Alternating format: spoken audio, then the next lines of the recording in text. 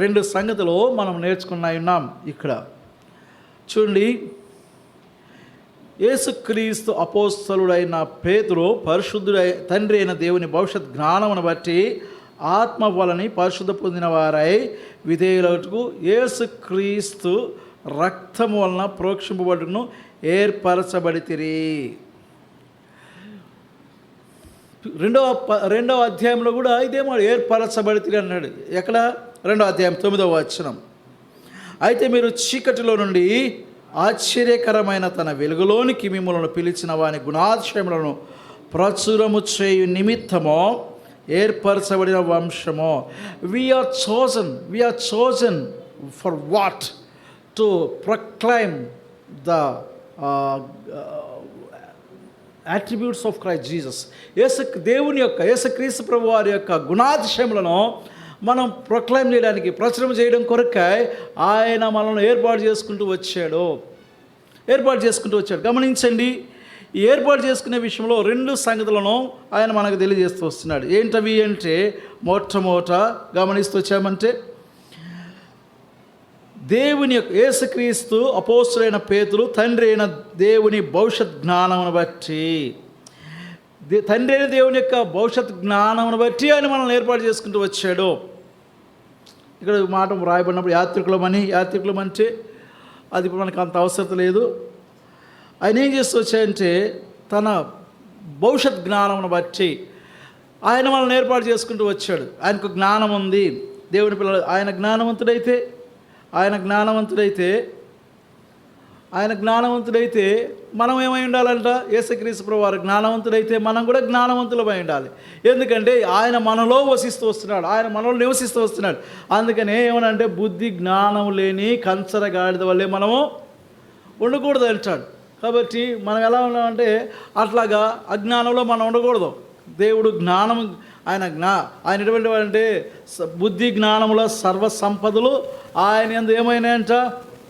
గుప్తములైనవి. కాబట్టి ఆయనలో ఏ జ్ఞానమైతే ఉన్నదో మనలో కూడా అదే జ్ఞానము ఆయన మనకి ఇస్తూ వచ్చాడు. మీలో ఎవరికైనా జ్ఞానము కొద్దుగా ఉంటే, యాకోబు చెప్తూ వస్తాడు 1వ పత్రిక 4వ, మీలో ఎవరికైనా జ్ఞానం కొద్దుగా ఉంటే ఏమైనా విమనస్కుడు కాక నన్ను అడిగిన నేను ధారాళంగా ఇచ్చేవాడిని అంటున్నాడు. కాబట్టి జ్ఞానం ఇచ్చేటువంటి వాడు ప్రభువా.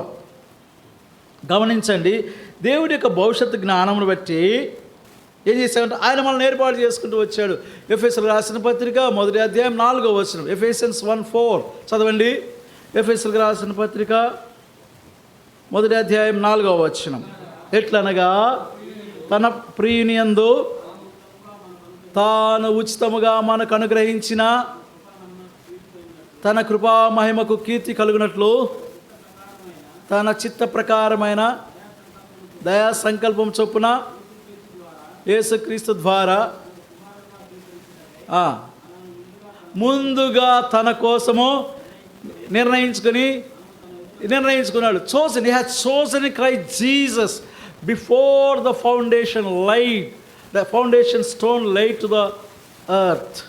ఈ భూమికి పునాది వేయడానికి మునిపే ఏం చేస్తూ వచ్చాయంటే, ఆయన మనల్ని క్రీస్తులో ఏర్పాటు చేసుకుంటూ పాడుకుంటూ వచ్చాం. ఏం పాడుకుంటూ వచ్చా? నీదు సేవకులా పునాది జ్ఞానమునకు మించిన తెలివి, నీదు సేవకులా పునాది జ్ఞానమునకు మించిన. దేవుని సేవకుల పునాది జ్ఞానమునకు మించినటువంటిది. ఎవరైనా దైవ సేవకుడు జ్ఞానహీనుడుగా ఉంటే అతను పిలువబడలేదని అర్థం. దైవ సేవకుడు అనేవాడు జ్ఞానంతో నింపబడిన వాడై ఉండాలి.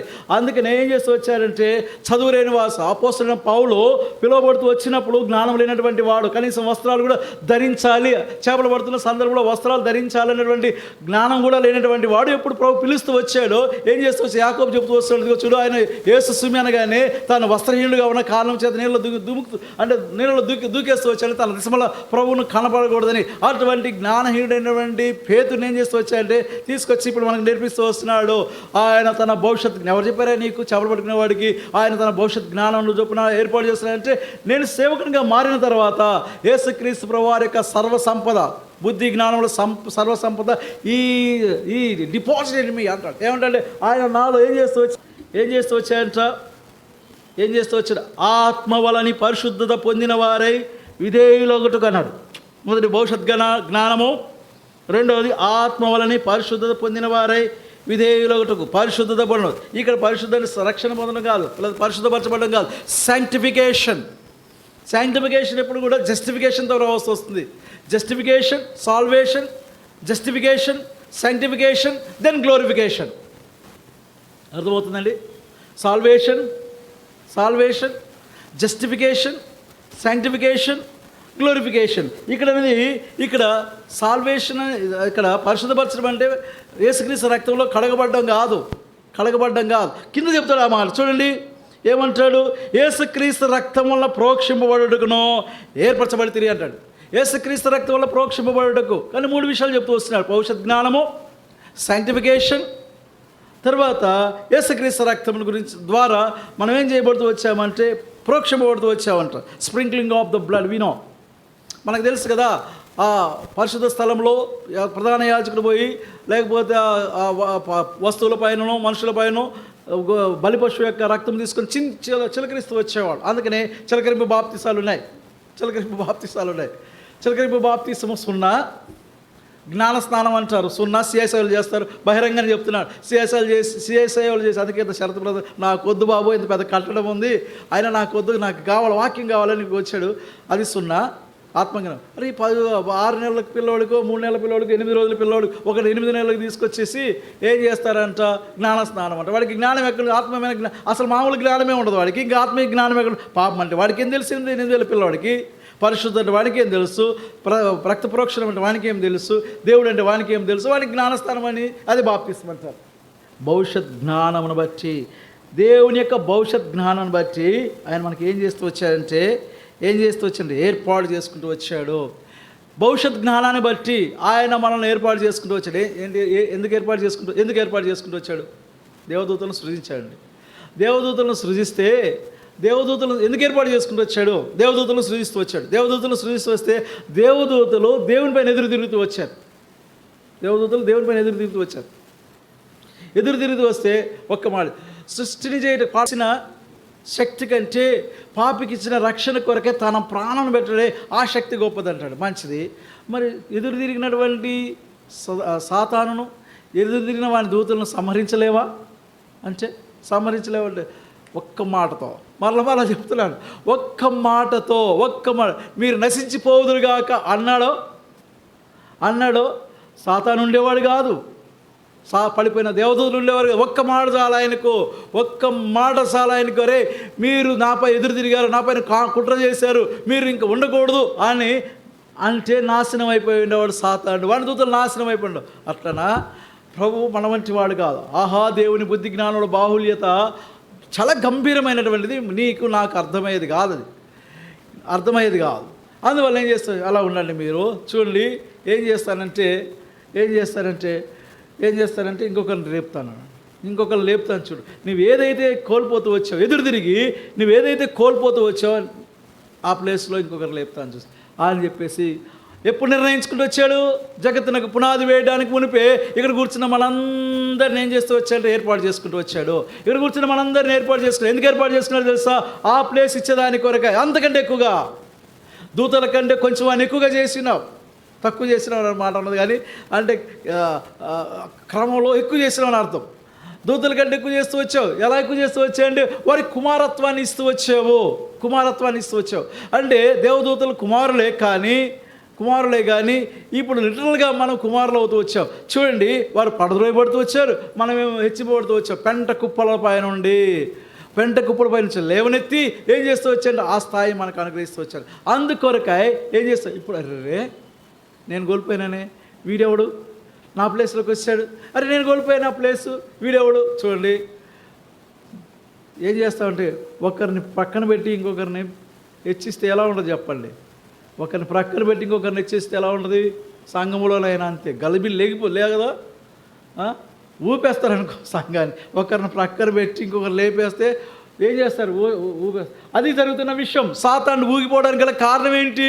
ఇప్పుడు భారతదేశంలో కూడా సాతాను ఎట్లా అంటే ఏం చేస్తామంటే కుడితిలో పడిన ఎలకలాగా ఏం చేస్తున్నాడంటే నా సమయం నా సమయం. వాడు ఎందుకు అంత వెచ్చరిల్లిపోతున్నాడు అంటే వాడి సమయం అయిపోయింది. ఇంకా వానికి సమయం వానికి తెలుసు, మనకు తెలియడంలా, మనకు కూడా తెలుసు, కానీ నిర్లక్ష్యంగా ఉంటూ వస్తున్నాం. వానికి తెలుసు, మనకు కూడా తెలుసు, వాడి సమయం అయిపోతూ వచ్చింది. పోయిన వారం బ్రదర్ కూడా చెప్తూ వచ్చాడు కదా, 470 వారాలు, తర్వాత 470వ వారం చివరి వారంలో ఉన్నాము అంటే 7 ఏళ్ళు అని చెప్తూ వచ్చాడు కదా. ఆ బ్రదర్ కూడా తెలుస్తుంది, జనాలకి తెలుస్తూ ఉంది.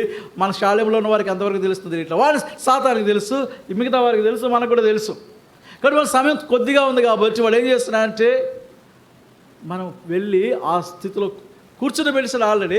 అంటే స్పిరిచువల్గా కూర్చుని పెడుతూ వచ్చాడు. లిటరల్గా మనం వెళ్ళి ఆ స్థానం కూర్చున్నా వింటున్నాం. అందువలన ఆయన మనల్ని ఏం చేస్తూ వచ్చాడంటే ఏర్పాటు చేసుకోవాలి. అలా ఏర్పాటు చేసుకోవాలంటే ఏం చేయవలసి వచ్చింది అంటే తన కుమారుడైన యేసుక్రీస్తు వారిని ఈ లోకంలోనికి పంపవలసి వచ్చింది. అందుకే చెప్తూ వస్తున్నాడు కదా, పేతురు రాసిన మొదటి పత్రిక 2వ అధ్యాయంలో ఏమన్నా అంటే మొదటి అధ్యాయం 2వ వచనంలో యేసుక్రీస్తు రక్తం వలన ప్రోక్షింపబడుటకునో, రక్త ప్రోక్షణం జరగకుండా మనకు రక్షణ కలుగదు. 24వ అధ్యాయం 6వ వచనం, నిర్గమకాండం 24వ అధ్యాయం 6వ వచనంలో ఏమైనా వ్రాయబడుతుందో చూడండి. 6, 7, 8 వచనాలు. ప్రోక్షణ రక్తము. ఇప్పుడు మనము అది పాత నిబంధనకు సంబంధించి ఛాయారూపంగా ఉంది. క్రొత్త నిబంధనలోకి వద్దాం. 9వ అధ్యాయం హెబ్రీయులకు రాసిన పత్రిక 9వ అధ్యాయం 13వ వచనం. 13:14 9:13 ఏలయనగా మేకల యొక్కయు ఎడ్ల యొక్కయు రక్తమును మహిళ పడిన వారి మీద ఆవు దూడ బూడిద చల్లుటయో శరీర శుద్ధి కలిగినట్లు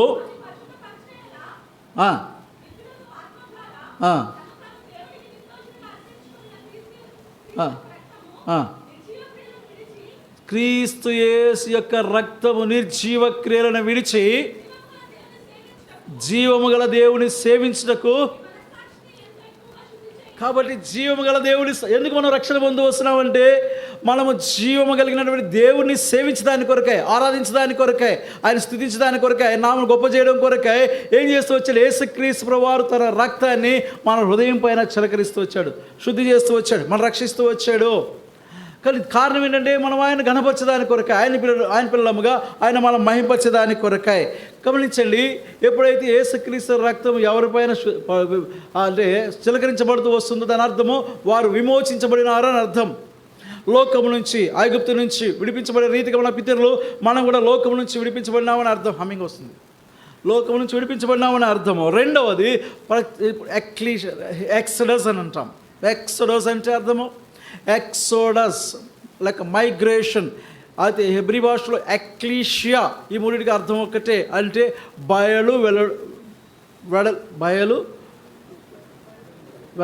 వెళ్ళిపోవడం అంటే గోయింగ్ అవుట్, బయటకు వెళ్ళిపోవడం అంటే ప్రత్యేకపరచుకోవడం.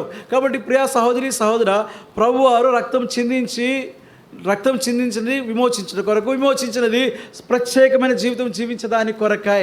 కాబట్టి ప్రియా సహోదరి సహోదర, లోకములో ఎవడైనా ప్రత్యేకమైన జీవితం జీవిస్తున్నాడా అంటే క్రైస్తవుడు మాత్రమే. క్రైస్తవుడు అంటే నామకార్థం క్రైస్తవులు కాదు. నామకార్థం క్రైస్తవుడు అనగా యేసుక్రీస్తు రక్తంలో కడగబడి పాపముల నుంచి శుద్ధీకరించబడిన వాడే ప్రత్యేకమైన జీవితం జీవిస్తున్నటువంటి వాడు మాత్రమే ప్రత్యేకమైన జీవితం జీవించగలడు. కాబట్టి ప్రియ సహోదరి సహోదర, శాలెంలో చేరువచ్చిన నిన్ను నన్ను ప్రభు వారు ఏం చేస్తుంటే ఏర్పాటు చేసుకుంటూ వచ్చాడు. దేన్ని బట్టి అంటే ఆయన భవిష్యత్ జ్ఞానాన్ని బట్టి ఆయన నిన్ను నన్ను ఏర్పాటు చేసుకుంటూ వచ్చాడు. ఏర్పాటు చేసుకునే దాని నిమిత్తమై ఆయన ఏం చేస్తూ వచ్చాడంటే నీ కొరకు నా కొరకు తన కుమారుని లోకంలోనికి పంపి కలవరి శిలలో ఆయన చిందించిన రక్తము ద్వారా మనల్ని విమోచించి మనల్ని ప్రత్యేకపరచుకుంటూ వచ్చాడు. అంత మాత్రమే కాకుండా ఏం చేస్తూ వచ్చాడంట, ఆత్మ వలని పరిశుద్ధత పొందిన వారై విధేయులగుటకును అన్నాడు. గమనించండి, ఇప్పుడు మనం ఎటువంటి వారమంట? విధేయులగు పిల్లలము. విధేయులమగు పిల్లలం. మనం ఎటువంటి వారమంట? ఎటువంటి వారం మనం? ఎటువంటి వారం మనం? విధేయులమగు దేన్ని బట్టి? పూర్వము యవనస్తులకి మనం ఎటువంటి వారం అంటే దగ్గరకు పోతే తన్నేటువంటి తిరుగుబాటు స్వభావం కలిగిన వారం. We are rebellious. Rebellious to the Lord. దేవునికి దేవుని ఎడల తిరుగుబాటు చేసేవారు. కారణము తిరుగుబాటు స్వభావము ఆరంభం నుంచి మన పితరుడైనటువంటి ఆదాము నుంచి మనం నేర్చుకుంటూ వచ్చాం. ఆదాము నుంచి మనకు సంక్రమిస్తూ వచ్చింది. అయితే ఇప్పుడు ఏం చేయబడుతూ వచ్చామంటే, ఇప్పుడు పరిశుద్ధాత్ముడు తన భవిష్యత్ జ్ఞానాన్ని బట్టి రక్షించి మన కొరకే కలవరిశిలో మరణించి ఆయన రక్తం చిందించి ఆ రక్తం చేత కడిగి విడిపించి ప్రత్యేకపరిచి ఇప్పుడు ఏం చేస్తూ వచ్చాయంటే తన ఆత్మను మనలో ఉంచి మనల్ని ఏం చేస్తూ వచ్చాయంట విధేయులకు పిల్లలుగా చేస్తూ వచ్చాడు. పిల్లలుగా చేస్తూ మరి నేను ఆదివారం నేర్చుకుంటూ వస్తున్నాము. దేవుని పరిశుద్ధాత్ముడు నా జీవితంలో సంపూర్ణైతే దానికి విధేయత మనం నేర్చుకుంటూ వస్తాం. దేవుని పరిశుద్ధాత్మ మన జీవితంలో స్థానం లేకపోతే మనం విధేయత నేర్చుకోలేము. కాబట్టి పరిశుద్ధాత్ముడు అదే చెప్తూ వస్తున్నాడు. భవిష్యత్ జ్ఞానం బట్టి ఆయన ఏం చేస్తూ వచ్చాయంటే ఆత్మ వలన పరిశుద్ధత పొందిన వారై అంటున్నాడు. ఇది sanctification, not salvation. This is sanctification. మనం ఏం చేస్తాం? శాంక్టిఫై అంటే ప్రతిష్ఠించబడుతూ వస్తున్నాము. రక్షించబడ్డాము, ప్రత్యేకించబడుతూ వచ్చాము, ప్రతిష్ఠించబడుతూ వస్తున్నాము దేవుని కొరకాయ. దేన్ని బట్టి? ఆత్మ కొరకాయ. దేనికి ప్రతిష్ఠించబడుతూ వస్తున్నాము అంటే దేవునికి విధేయులము అనే దాని కొరకే ప్రతిష్ఠించబడుతూ వస్తున్నాము. అవిధేయులము, తిరుగుబాటు చేసేటువంటి వారం ఏం చేస్తూ వచ్చాయంటే యేసుక్రీస్తు ప్రభువారు ఎంతగా పరిశుద్ధ ఏమన్నాడు తెలుసా? బాప్తిస్మ ఇచ్చే యోహాను, అయ్యా నీ చేత నేను బాప్తిస్మ పొందవలసిన వాడు,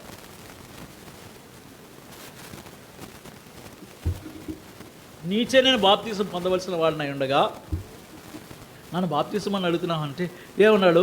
నీతి యావత్తు ఇలాగు జరుగుట మన ఇద్దరికి యుక్తమైనది, మన ఇద్దరికి తగును అంటూ యేసుక్రీస్తు ప్రభువారు బాప్తిసం ఇచ్చి యోహానుచే బాప్తిసం పొందుతూ వచ్చినప్పుడు ఆకాశంలో నుండి పరిశుద్ధాత్ముడు పావురం వలయంపై దిగి వచ్చాడు. పావురంపై దిగి వచ్చినప్పుడు ఏం చేస్తుందంటే శిలువ మరణం పొందేంత వరకు ఆయన ఎక్కడ కూడా దేవునికి అవిధేయుడు కాలేదు. శిలువ మరణం పొందినందుకు, అందుకే ఫిలిప్పీలకు రాస్తూ 2వ అధ్యాయం 5-8 వచనాల్లో ఆయన మరణము పొందినంతగా విధేయత చూపినవాడు ఆయన మరణం పొందినంతగా. అంటే పరిశుద్ధాత్మ మనము if the spirit of God sanctifies us, we are sanctified unto death. మా ఆయన కనుక మనల్ని పరిశుద్ధపరిచినట్లయితే మరణం వరకు మనం ఏం చేయాలంట? మనం విధేయత చూపించవలసిన వారమైనాము. మరణం వరకు విధేయత చూపించవలసిన వారమైనాం. మరి పులిపిటిపై నుంచి చెప్పే మీరు బాధపడండి ఏమన్నా, పులిపిటిపై నుంచి చెప్పే సమయానికి రండి. ఎంతమంది విధేయత చూపుతున్నాం పరిశుద్ధాత్మకు? ఎంతమంది విధేయత చూపుతున్నాం చెప్పండి పరిశుద్ధాత్మకు? నువ్వు చెప్పుకో, నేను వచ్చే సమయంకి వస్తానంటే అది ఎట్లా మనం పరిశుద్ధాత్మ ఎలా శాంక్టిఫై చేయబడుతూ వస్తున్నామో, దేవుడు నిన్ను ఏర్పాటు చేసుకుని దేని కొరకంటే ఆయనకు పరిశుద్ధాత్మ వలన శాంక్టిఫై చేయబడిన వారమై ఆయనకు మనం విధేయత చూపించవలసిన వారం, విధేయులకు పిల్లల వలె. చూడండి ఏమంటాడు? ఆత్మ వలన పరిశుద్ధత పొందిన వారై విధేయులగుటకును అన్నాడు. కాబట్టి విధేయత చూపించడానికి కొరకాయ ఆయన నన్ను ఏమైంది అక్కడ ఉంది గాడిద పిల్ల. అంతకుముందు దానిపైన ఎవడు ఎక్కలేదంటే వెళ్ళిన వాళ్ళని అందరూ అంతుంది. ఆ గాడిద పిల్ల వెళ్ళిన వాళ్ళని కాలుతుంది అంటుంది. విడిపిద్దామని వెళ్తే వాడిని అంటుంది. అందుకని నేను చెప్తున్నాను వెళ్ళండి, దాన్ని విడిపించుకొని రానంటే వెళ్ళి విడిపించుకొని వచ్చారు. విడిపించుకొని రాగా ఎవరెక్కారు దానిపైన? యేసుక్రీస్తు ప్రభువారు ఎక్కారు. తన్నిందా యేసుక్రీస్తు ప్రభువారిని? సాధ్యమేనా? ఆ దానికి గాడిద పిల్లకి యేసుక్రీస్తు ప్రభువారిని కాలుతూ దండడం సాధ్యమేనా? మరి మనకెలా సాధ్యమవుతుంది? మనకెలా సాధ్యమవుతుంది? అది ఎదురు తిరగడం మనకెలా సాధ్యమవుతుంది? తిరుగుబాటు చేయడం మనకెలా సాధ్యమవుతుంది? కాబట్టి ప్రియా సహోదరి సహోదర, ఎందుకు ఏర్పాటు చేసుకుంటూ వచ్చాడు? ఎలా ఏర్పాటు చేసుకుంటూ వచ్చాడు అంటే చూడండి, రోమిలకు రాసిన పత్రిక 8వ అధ్యాయం 29వ వచనం. Romans 8:29. రోమిలకు రాసిన పత్రిక 8వ అధ్యాయం 29వ వచనం. ఎందుకనగా తన కుమారుడు అనేక సహోదరులలో జ్యేష్ఠునట్లు దేవుడు ఎవరిని ముందు ఎరిగినో వారు తన కుమారునితో సారూప్యము గలవారగినట్లు వారిని ముందుగా నిర్ణయించెను. మనల్ని నిర్ణయించుకున్నాడు. జగత్తులకు పునాది వేయబడకు మునిపే భవిష్యత్ జ్ఞానాన్ని బట్టి యేసుక్రీస్తునందు తండ్రి అయిన దేవుడు నన్ను ఏర్పాటు చేసుకున్నా అంటే ఎందుకు ఏర్పాటు చేస్తున్నాడంటే మనం ఆయనతో కూడా సారూప్యత కలిగిన వారమై ఉండాలి. సారూప్యత అంటే సమాన రూపం కలిగిన వారై ఉండాలి. అన్ని విషయాల్లో సమాన రూపము, సమానమైనటువంటి అధికారము, సమానమైనటువంటి హక్కు, అన్నీ. నేను ఒక మాట ధ్యానం చేస్తూ ఉన్నా నా దినవాక్యంలో 17వ అధ్యాయంలో ఏమంటాడు, ఆయన రూపాంతరపు కొండ, అందుకే ఈయన ఒక మాట భవిష్యత్ జ్ఞానం అంటే ఒక మాట చదువుతూ ఉంటే చదవగలరా? 17వ అధ్యాయము, 16వ అధ్యాయం, మనం తప్పిపోతానేమో. 16వ అధ్యాయం మత్తయి సువార్త 16వ అధ్యాయం.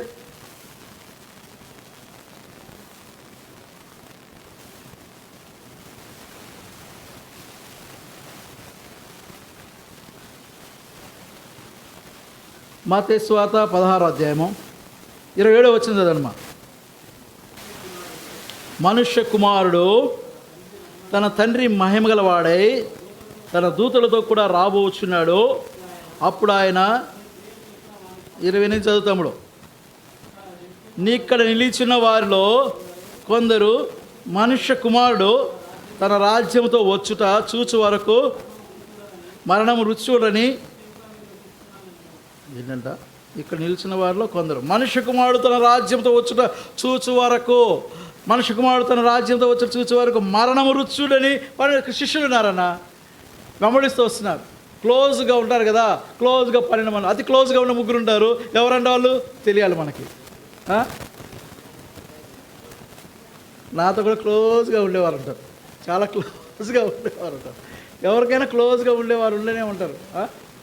పేతురు, యోహాను, యాకోబు, ఈ 3 ఉంటారు కదా, క్లోజ్గా ఉన్నారు. ఇక్కడ నిలిచిన వారిలో అన్నాడు. ఎవరిని ఉద్దేశించి? వేలు చూపించగానే ప్రక్కన అంటే ఇమీడియట్గా ఉన్నది ఎవరు? ఎవరు తమ్ముడు? ఇక్కడ అంటే ఆయన ఉద్దేశం. ఇక్కడ నిలిచిన వారు అంటే పేతురు, యోహాను, యాకోబు, వీళ్ళు ఖచ్చితంగా చెప్తున్నాం. వీరు మరణము నిలిచాడు. చచ్చిపోయారు కదా తమ్ముడు, మళ్ళీ ఆయన రాలేదుగా. ఇది కదా మన వాదన. చచ్చిపోయారు కదా, వాళ్ళు 3 చచ్చిపోయారు కదా, బ్రతికేవాడు లేడు. ఇప్పుడేమంటాడు? మరణము రుచి, మనుష్య కుమారుడు తన రాజ్యంతో వచ్చుట చూచు వరకు మరణము రుచి చూడని నిశ్చయంగా చెప్తున్నాడు. ఇది ఎంత అబద్ధమా ఇది? ఆయన మా వచ్చేదాకా ఈ 3 ఏరి వేసారు బ్రదర్. ప్రభు వచ్చేదాకా 3 ఏరి మరణం రుచి చూడని 3 గురించిగా చెప్పాడు. ఈ 3 గురించిగా చెప్పాడు. ఏడి ఇప్పుడు ఏమన్నావు చెప్పండి, మీరే చెప్పండి. మళ్ళీ పాడుకుందాం ఆ పాట. ఏంటది? సేవకుల పునాది. అదే నీదు సేవకుల పునాది జ్ఞానములకు మించిన తెలివి. నీదు 86 జ్ఞానమునకు మించిన తెలివి అంధముగను వేడుకొందం శరణం శరణం అంధముగను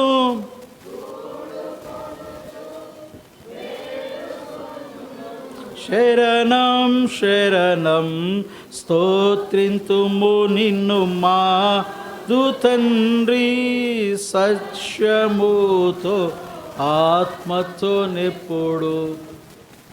దైవ సేవకుల పునాది జ్ఞానమునకు మించిన ఎవరిస్తారో తెలివి ఎవరిస్తారు? జ్ఞానానికి మించి తెలివి ఎవరిస్తారు? దేవుడే ఇస్తాడు. వాళ్ళ సేవకులు జ్ఞానవంతులు కాదు, జ్ఞానం ఎవరిస్తారంట? ఇప్పుడు చెప్పండి. ఎక్కడ ఆయన వచ్చేది ఎప్పుడు? ఏమంటాడు? మనుష్య కుమారుడు తన రాజ్యంతో వచ్చుట చూచు వరకు, తన రాజ్యంతో వచ్చుట చూచు వరకు మరణం. మరి చచ్చిపోయారు కదా, ఇంకా ఆయన రాలేదు కదా. ఏం ప్రవీణ్, ఆయన రాలేదు కదా తన రాజ్యంతో. మరి 3 ఏరి అంటున్నా ఉన్నారా? చనిపోయాడని చెప్పి తలక్రిందులుగా సిలువేయబడి చనిపోయాడు కదా పేతురు. ఎక్కడ చూసారా? అబద్ధికుడా ప్రభు ఏమన్నా?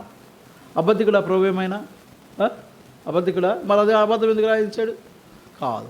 ఇక్కడ మనుష్య కుమారుడు తన రాజ్యంతో వచ్చుట చూచే వరకు అంటే దాని అర్థం ఏంటంటే ఇమీడియట్గా ఉన్నాడు. 17వ అధ్యాయంలో కొండపై ఎదుకెళ్ళి రూపాంతరం పొందుతూ వచ్చాడు. రూపాంతరము పొందడము దేవుని రాజ్యముతో వచ్చుట. ప్రియా సహోదరి అర్థమైందా? సెకండ్ కమింగ్ గురించి చెప్పలేదు ఆయన. మళ్ళీ జ్ఞాపకం చేసుకోండి.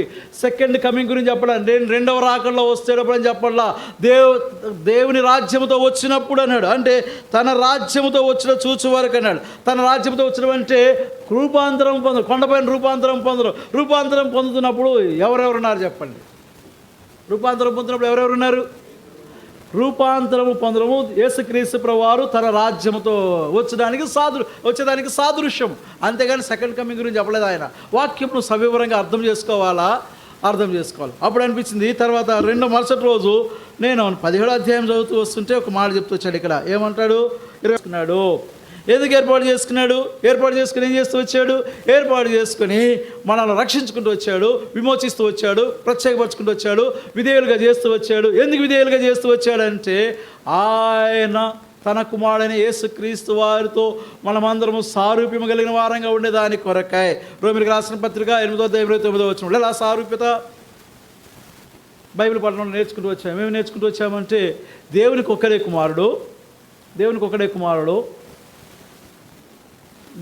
కుమారుడు, యేసుక్రీస్తు ప్రభువారు ఇప్పుడు ఏం చేస్తూ వచ్చాయంట? బిగాటెన్ సన్ అని ఉంది, నాట్ ఫస్ట్ బోర్న్ సన్. యేసుక్రీస్తు ప్రభువారు ఈ లోకంలో జన్మించినప్పుడు దేవునికి ఒకడే కుమారుడు, కానీ జ్యేష్ఠ కుమారుడు కాదు. యేసుక్రీస్తు ప్రభువారు దేవునికి జ్యేష్ఠ కుమారుడు కాడు. యేసుక్రీస్తు వారు అద్వితీయ కుమారుడే, జనతీయ కుమారుడే, only begotten son but not first born son. అంటే జ్యేష్ఠ కుమారుడు కానే కాదు. జ్యేష్ఠ కుమారుడు అవ్వాలి అంటే ప్రమోషన్ రావాలి. అంటే జ్యేష్ఠ కుమారుడు ఒక్కడే కుమారుడే. కానీ ఎంతమంది నీకు కుమారులు అన్నాడు అనుకోండి. తండ్రి దగ్గరికి వెళ్ళి ఎంతమంది కుమారులు అంటే యేసుక్రీస్తు ప్రభువారు ఈ లోకంలో పుట్టకముందు ఎంతమంది కుమారులు ఆయనకి? దూతలు లెక్క పెట్టకండి. ఎంతమంది అంటే ఒక్కడే కుమారుడు. ఏం చెప్తాడు? నాకు ఒక్కడే కుమారుడు అన్నాడు. సరేనే. ఇప్పుడు ఏం చేస్తూ వచ్చాయంటే యేసుక్రీస్తు ప్రభువారు ఈ లోకంలోనికి వచ్చిన తర్వాత ఏం చేస్తూ వచ్చాయంటే ఆయనను మనల్ని భవిష్యత్ జ్ఞానాన్ని బట్టి ఆయన సిలువకు అప్పగించి ఏం చేస్తూ వచ్చాయంటే మరణానికి అప్పగించి, సమాధికి అప్పగించి, ఆ సమాధిలో ఉన్న 3 రోజుల్లో ఏం చేస్తూ వచ్చే పరదేశకు అతనిపడే స్థలానికి పంపించి వారికి స్వార్థ ప్రకటించి మరలా వచ్చి ఏం చేస్తూ వచ్చాయంటే తిరిగి లేపుతూ వచ్చాడు. ఎప్పుడు తిరిగి లేపుతూ వచ్చాడో అప్పుడేమవుతూ వచ్చాయంట? అప్పుడేమో 11వ అధ్యాయం 33వ వచనం, అపోస్తల కార్యములు 13:33 ప్రకారము ఏమైనా వ్రాయబడింది చదవండి. నీవు నా కుమారుడువు, నేడు నేను నిన్ను కనియున్నా అన్నాడు. నీవు నా కుమారుడు, నేను నిన్ను కనియున్నా అన్నాడు. అంటే అర్థం ఏంటి? నువ్వు నా కుమారుడవే కాదని అంటలా, నా జనితయ కుమారుడవే కాదనడంలా, ఏకైక కుమారుడవే కాదనడంలా, అద్వితీయ కుమారుడవే కాదనడంలా. కానీ ఇప్పుడు నేను నిన్ను కనియున్నానంటే అర్థం ఏంటంటే మొట్టమొదటి కుమారుడవే నా ఇప్పుడు నేను కనియున్నాను. నీ తర్వాత ఇంకా అనేకులను కంటూ వస్తాను. అనేకులను కంట. కాబట్టి నీ శిలువ కార్యము ద్వారా నేను అనేకులను కంటూ వస్తాను. అందుకే అపోస్తలుడు పౌలు నా శ్రమలో నేను కన్న కుమారుడు తిమోతి అంటాడు. కానీ అనేకులను కంటూ వచ్చి ఏం చేస్తూ వచ్చాయంటే ఆయనతో కూడా 20వ అధ్యాయం 27వ వచనమా, 20వ అధ్యాయం యోహాను సువార్త 20వ అధ్యాయం 27వ వచనం చదవండి. యోహాను సువార్త 20వ అధ్యాయం 27వ వచనం. తర్వాత తోమాను చూసి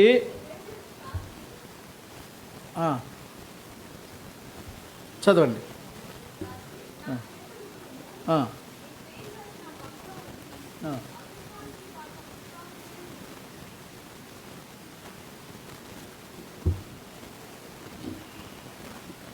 నేను చదువుతాను.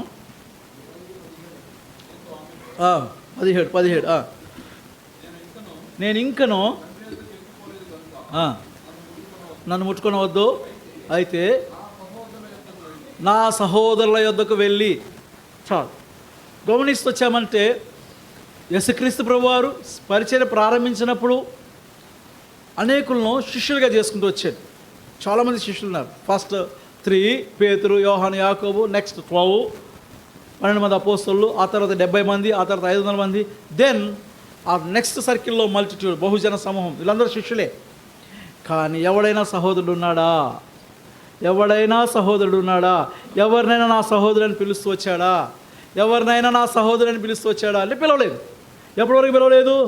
ఆయన సమాధి చేయబడి తిరిగి లేచేంత వరకు, పునరుత్థానం అయ్యేంత వరకు ఎవరిని కూడా నా సహోదరుని పిలవలేదు. ఇప్పుడు ఏం చేస్తూ వచ్చాయంటే లెగ్గానే నేను నిన్ను కని ఉన్నా అన్నాడు.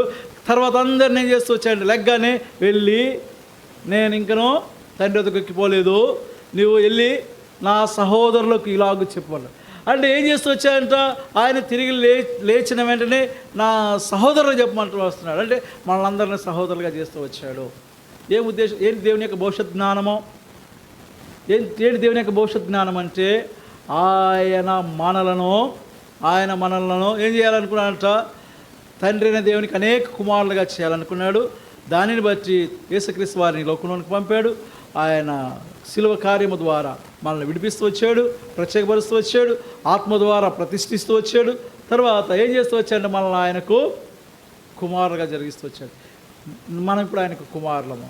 ఇప్పుడు చెప్పండి, ఇప్పుడు వెళ్ళి అడుగుదాము తండ్రి అయిన దేవుని యొద్దకు వెళ్ళేసి, అయ్యా 2000 సంవత్సరాల క్రితం వచ్చానమో, నీకు ఎంతమంది కుమారులు అంటే ఒక్కడేనావు, ఇప్పుడు ఎంతమంది నీకు కుమారులు అంటే, ఇప్పుడు ఎంతమంది కుమారులు అంటే దేవదూతలే వెళ్ళారనుకుందాం.